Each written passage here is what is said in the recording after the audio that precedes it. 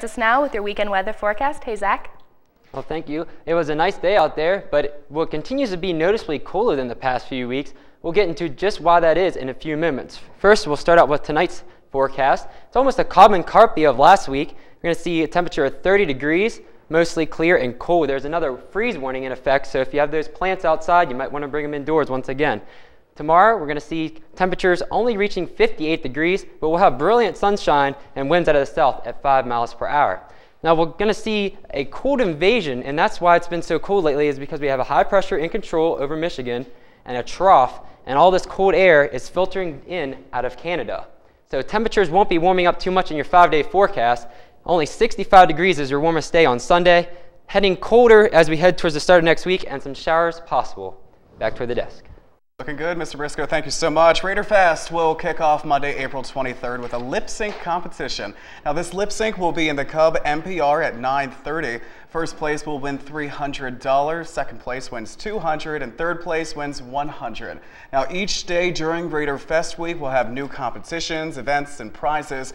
If you have any questions, you can email apb@ship.edu. A couple weeks ago, we introduced you to students who are spending some of their college time making a better way of life for children in another part of the world. This week, Casey Peel shows us how the Reach Out team brings those children's world to Shippensburg.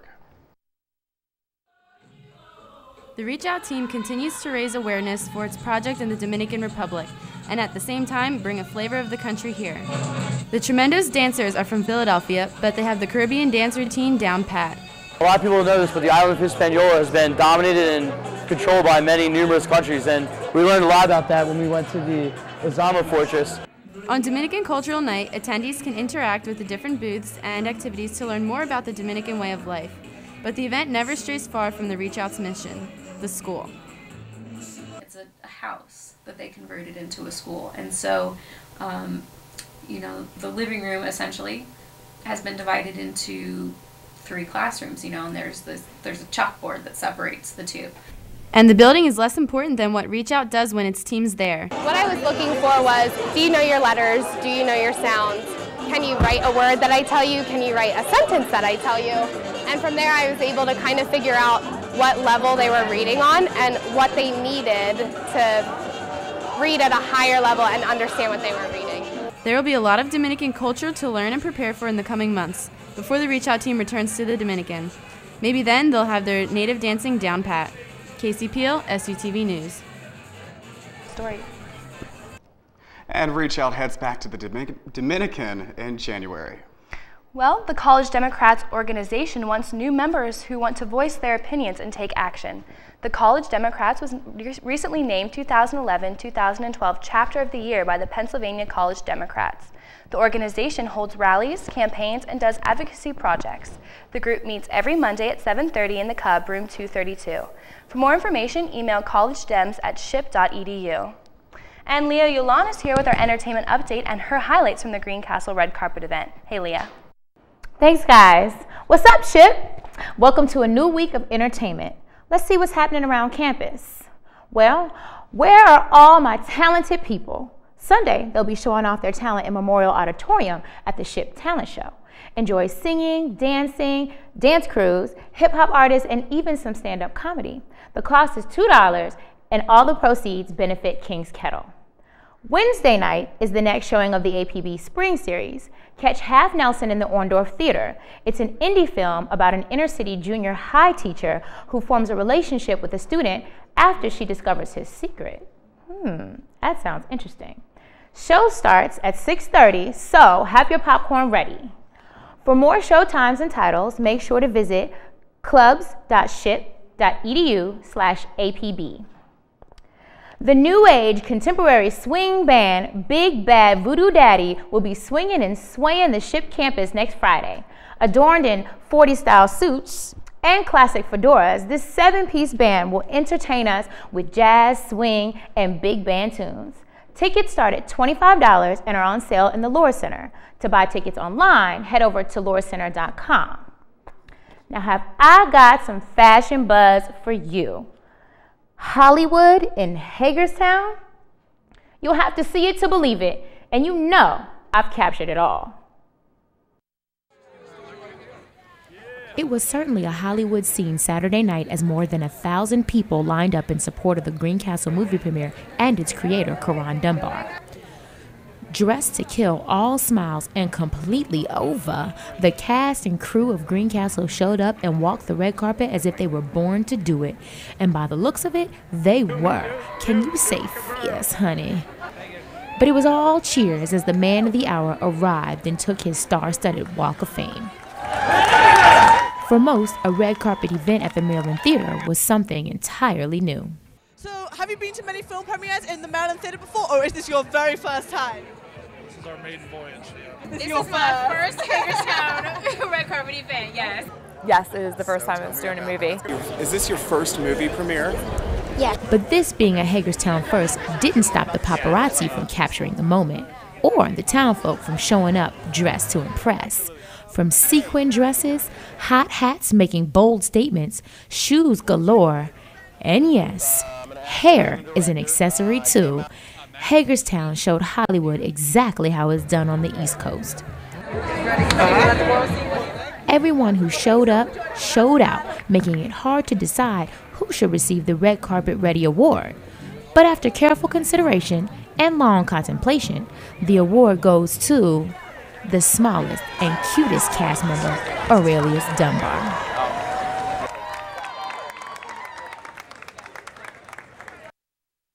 Well, Aurelius couldn't be here tonight to accept his Red Carpet Ready Award, so on his behalf, we say thank you.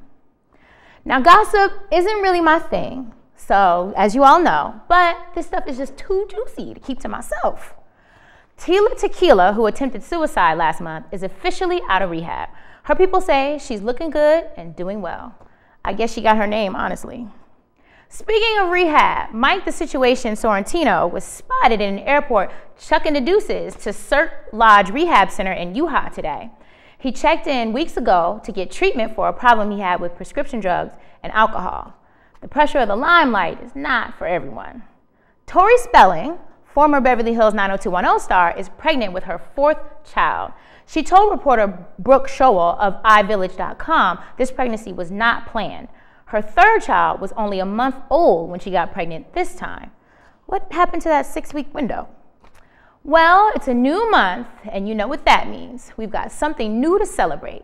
April is National Poetry Month, and we'll kick it off with a short piece by one of my favorite poets, Maya Angelou.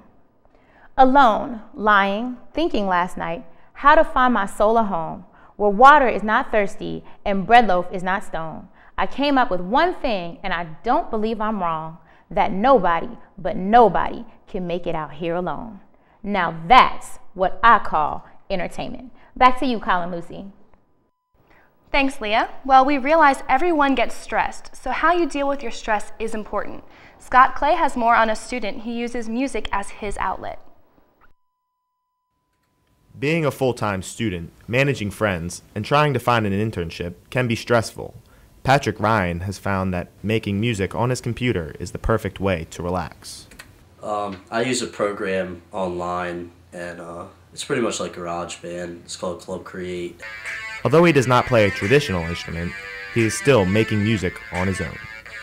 I make some original beats off of that website, and then I also like to sample different songs in some of them. Like I did Cinema by, it was like Skrillex remix. I redid that one. After a stressful day, Pat likes to just sit down and unwind by listening to his music and trying to come up with new songs and new sounds. I mean, it makes time fly by, and I mean, if you're stressed out with having a test or something happened with your girlfriend or something like that, I think it just really helps calm you down, and it's a really fun thing to do if you want to start. Pat does not see music as a career for himself, but instead just a way to relax and create something new. Being able to relieve some stress by making music is more than enough to keep him coming back for more.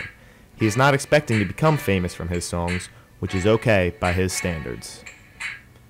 Person that likes what he does and content with just keeping it for himself and his friends, and if somebody else wants it, I mean, I'm not going to charge anybody, just toss it on out. If you like it, you like it. If you listen to it, I mean, it makes me happy making it. If it makes you happy listening to it, that's completely fine with me too. With finals and a summer internship coming up, Pat plans on turning to his computer and his beats when he needs to take a break. For SUTV News, I'm Scott Clay.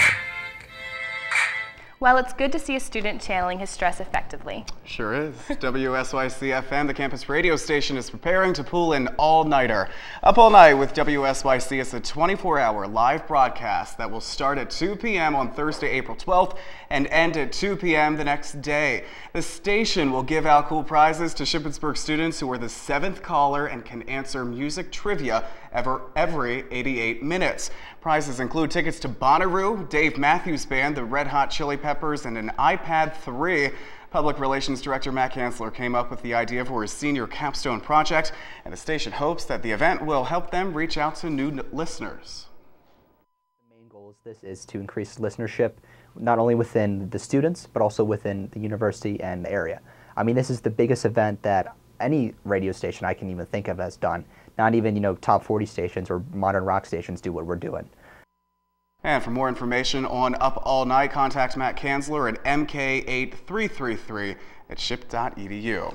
Sounds like fun. Trey Campbell joins us next with an update on the new lacrosse coach. And find out what placed high in a national competition. Sports is next.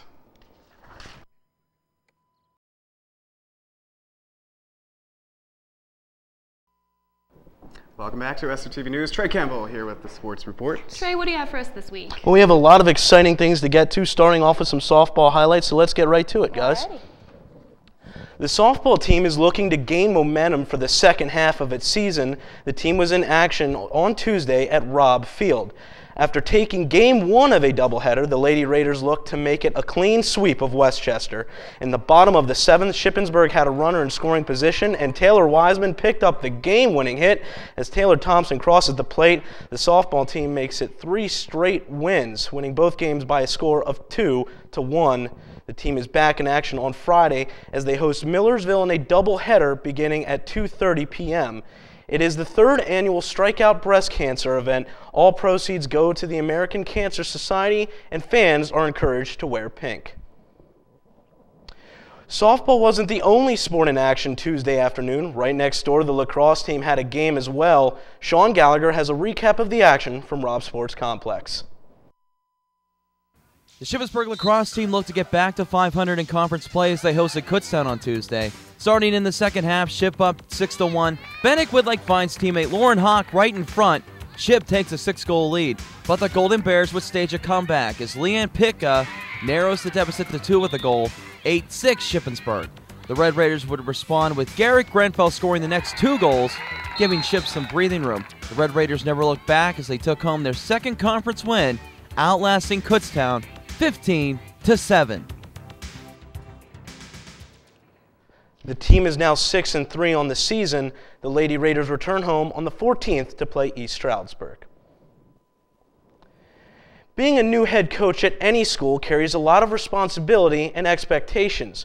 For one new Shippensburg coach, there's a lot more to the job than some may think. It's another day at Davis House for new lacrosse coach Ashley Mannion as she works at preparing for games.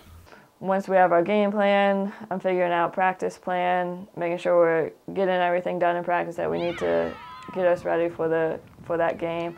And then while all that's going on, I sort of juggle the recruiting side of stuff too. Multitasking is key to Mannion's day as she works on answering phone calls, scouting opponents, and getting back to emails, all besides her first job of coaching, which makes life hectic. Some days can get pretty busy. Some days you have a little bit more downtime. Even with all her job encompasses, what does she think of her new job as lacrosse coach?